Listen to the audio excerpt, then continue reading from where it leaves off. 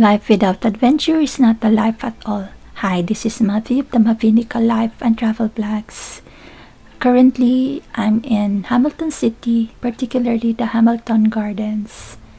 Okay, compared to the last time I uploaded a video about Auckland's Botanical Garden, this time it's the Hamilton Gardens. So let's see what's in store for us. But first, we need to know the background of the Hamilton Garden.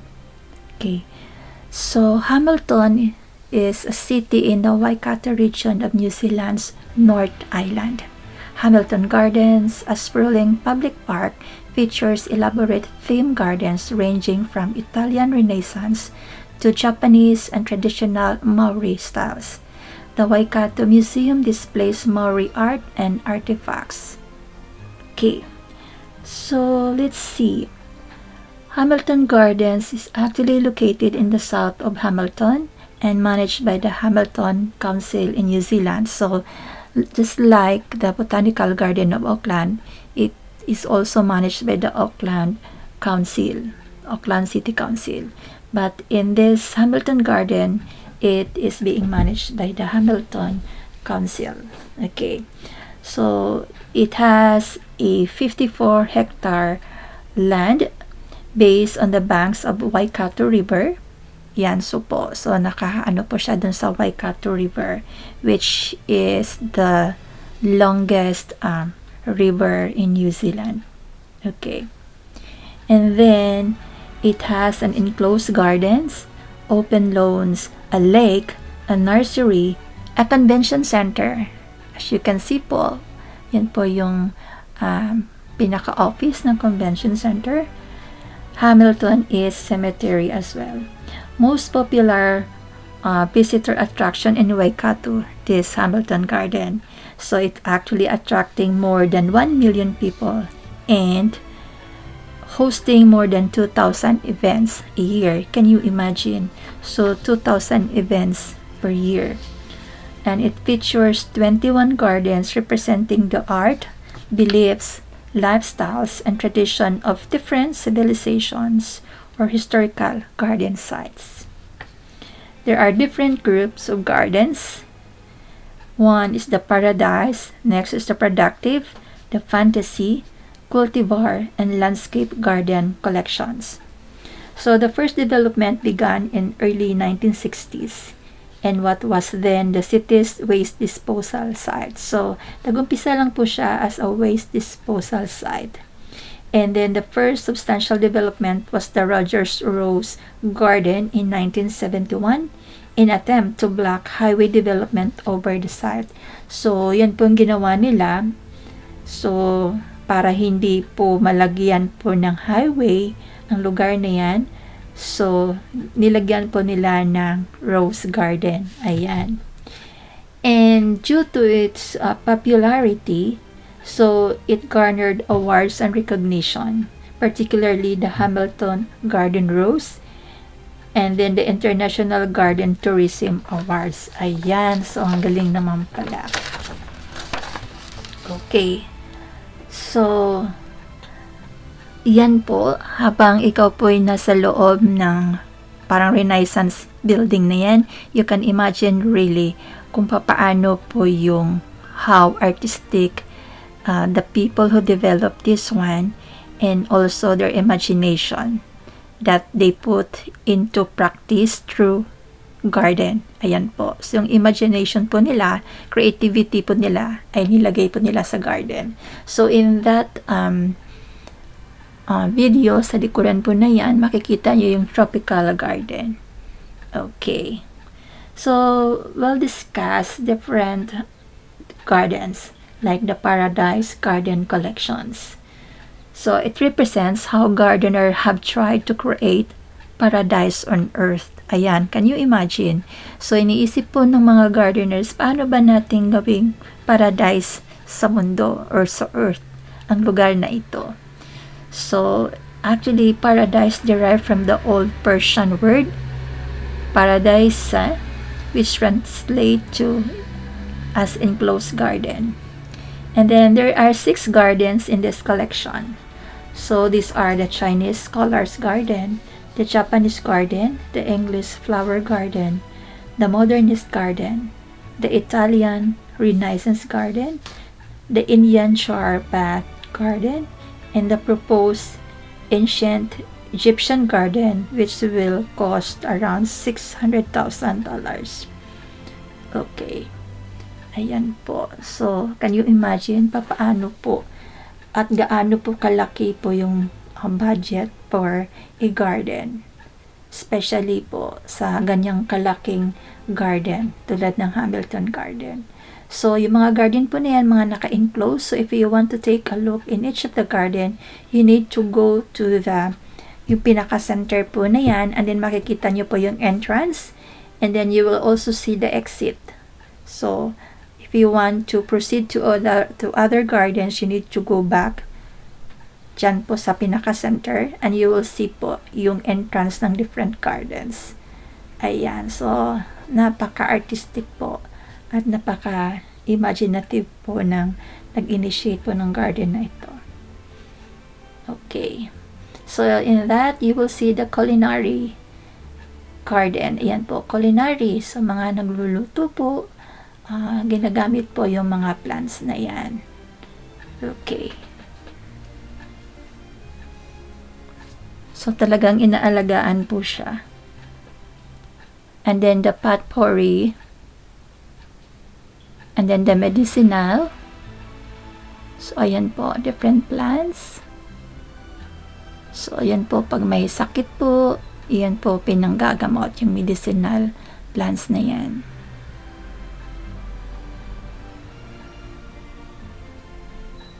Okay.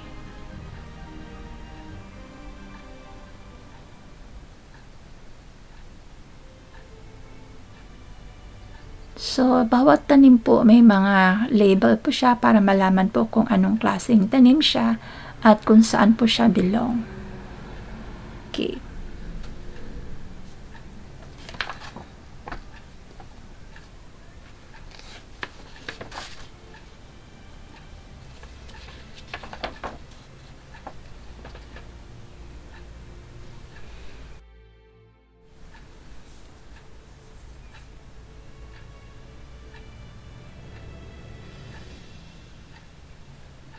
Okay, so well-maintained po yung area.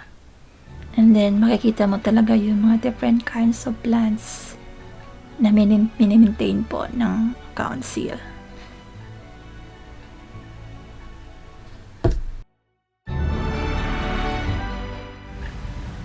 Okay, so we are now into the kitchen garden, which includes vegetables and small fruits, and is maintained by the Waikato Institute of Technology students and staff.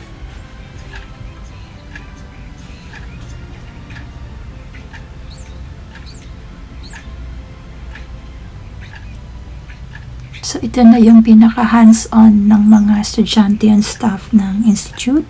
So, they have to plant and then try some maybe plants for them to grow. But focus more on, as I've said, it's a kitchen garden. So, meron po siyang mga crops. And then, ayun po yung mga nakatakip po na yan, ay yung mga bagong plants na inintroduce po ng institute.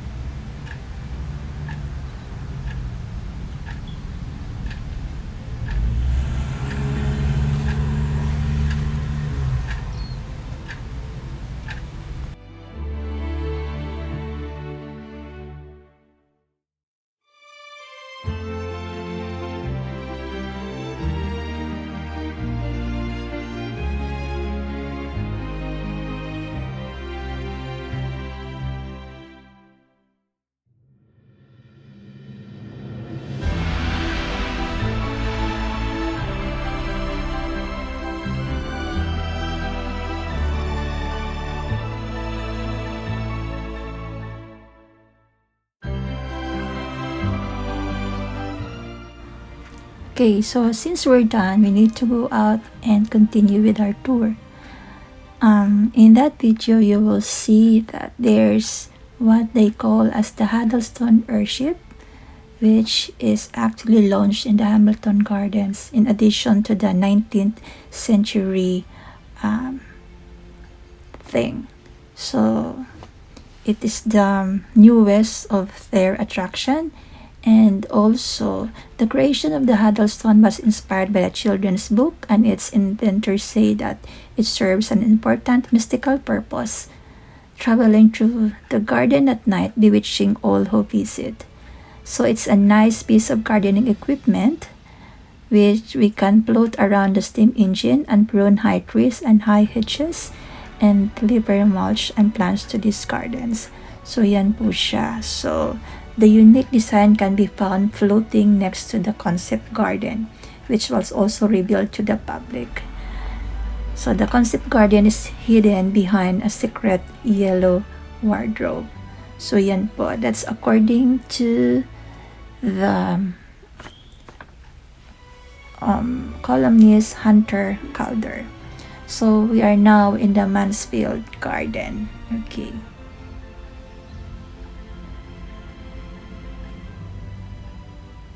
So anong makikita natin dito? Let's see.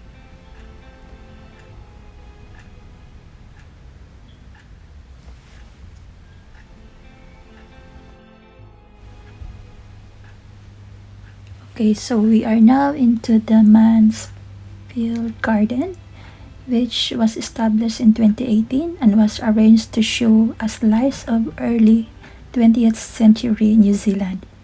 Drawings on Catherine Mansfield's evocative description and her story, The Garden Party.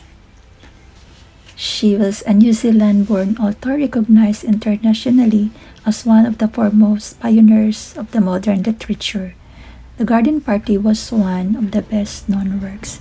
So as you can see there, there's a replica of the Ford Model T car, which was made by the Old Boys Play School. The Waikato Vintage Car Club member Alan Julian and other hobbyists volunteered to build a replica of 1912 T Ford from the ground up. So ayan po. So yung materials po na yan naman po are donated by the Friends of the Gardens and are paying for the materials, and the Vintage Car Club is managing and doing the works. So yan po. So talaga pong effort po siya ng mga groups just to make it possible. So ginawa po nilang mas matibay yan so that kung may mga bata po nasasakay, just like me, feeling bata, ay matibay naman po siya. Ayan. And you will also see there, that's the garden party, wherein you can see the replica of the garden party naman. Ayan. By Catherine Mansfield. Okay. So you will see there, ayan po, may mga pagkain kasi po parang merong party. Ayan, at may tent. At meron din pong music. Ayan, may organ, may piano, and meron din pong mga gamit para po sa music. Ayan, so it's actually the garden party. So pinapakita po dyan kung paano ba dinidescribe yung book na authored by Catherine Mansfield, The Garden Party. Ayan po. Okay. So we are now in the picturesque garden, which were intended to appeal not only to the eyes, but to the heart and mind.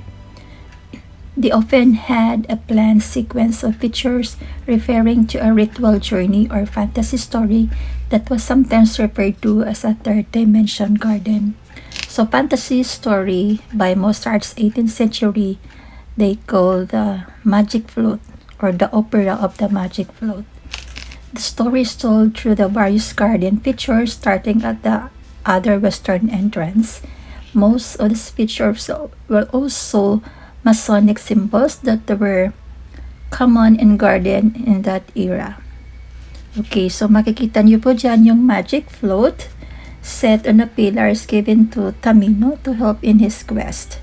And then the throne, she sits on a throne which in this garden faces the setting sun and features the symbol of 7 stars.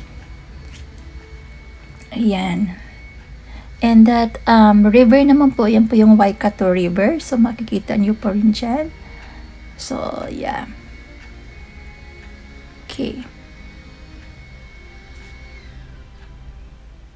Yeah, it's a long river.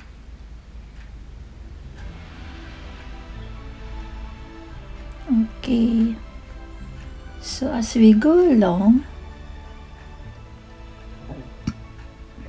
you will see that one is the symbol of the curious figure of Papagino, the bird catcher, that appears. He's half man or half bird with a bird case on his back.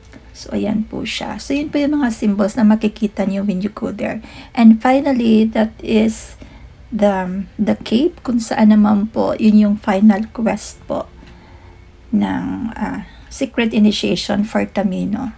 So, pumapasok po tayo sa kuweba. Yan yung final quest po niya.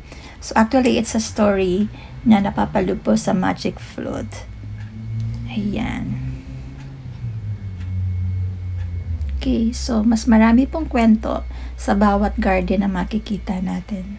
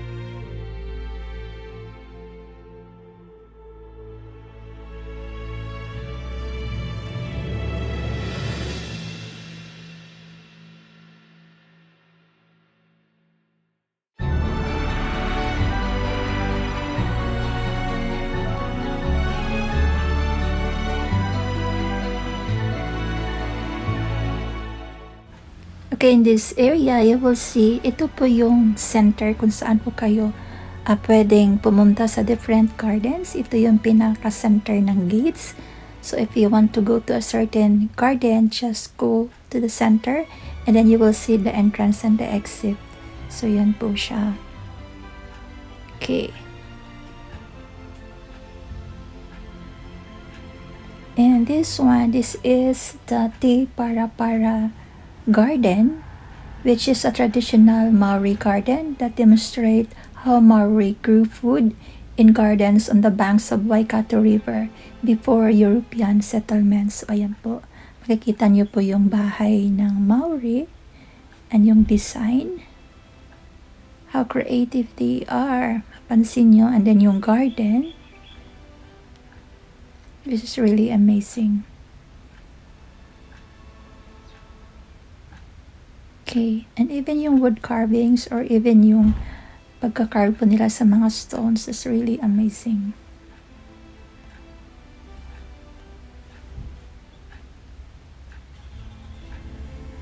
Ayan, dyan po sila nagtatanim.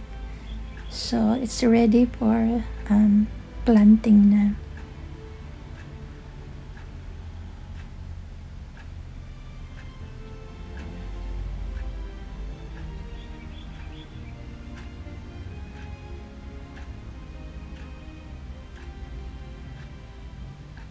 Okay. So, even po sa mga fence sa backward, meron po silang mga arts or yung mga design po nila na kina-carve lang po.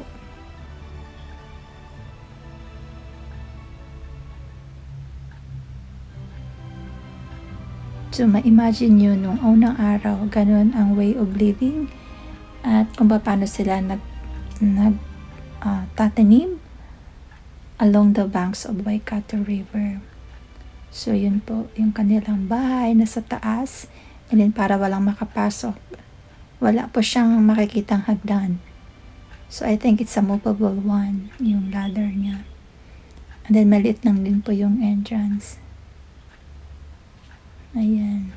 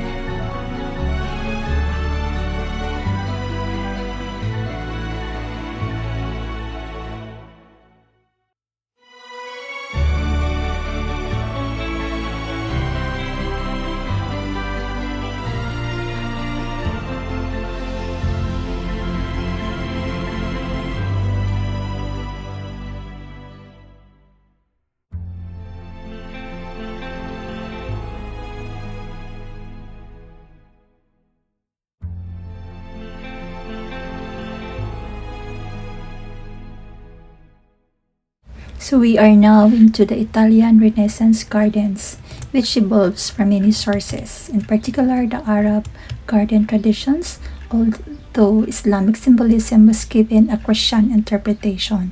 So yan po.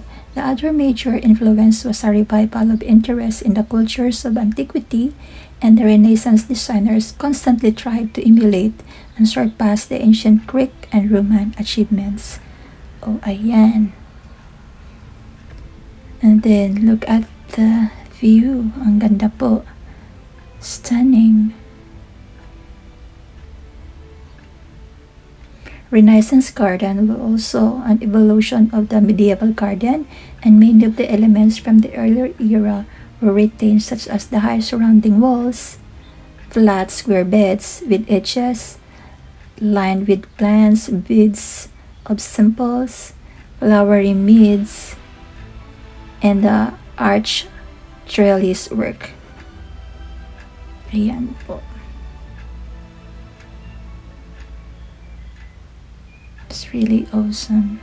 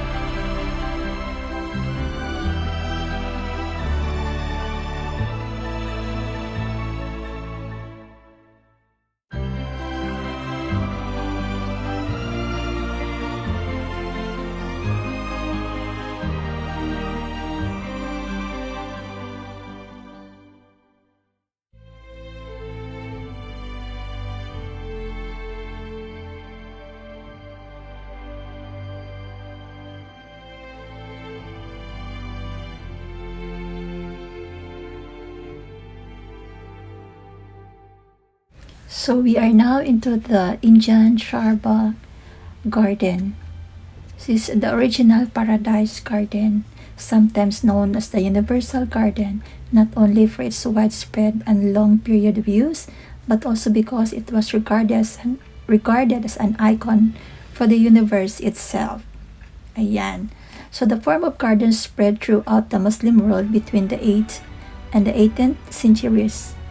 The complex symbolism behind this form of garden has its very ancient roots in the three of the world's great religions, Islam, Christianity, and Buddhism. Okay, so ayan po siya. The Mughal emperors were descendants of Genghis Khan, who spread their empire eastwards from Persia into northern India from the 13th century onwards. So ayan po. So it is according to the website of the Hamilton Gardens. So yun po yung history ng Indian Sharpa Garden.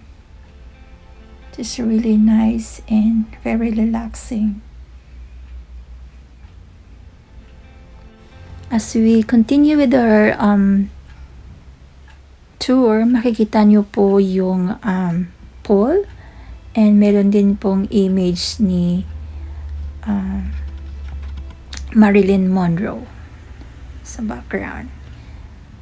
Yeah, so there are so many things that you need to explore in the Hamilton Garden na kulang po talaga ang 2 oras. So I think you need to have at least 3 hours or more for you to really appreciate each of the gardens that you have in Hamilton Garden.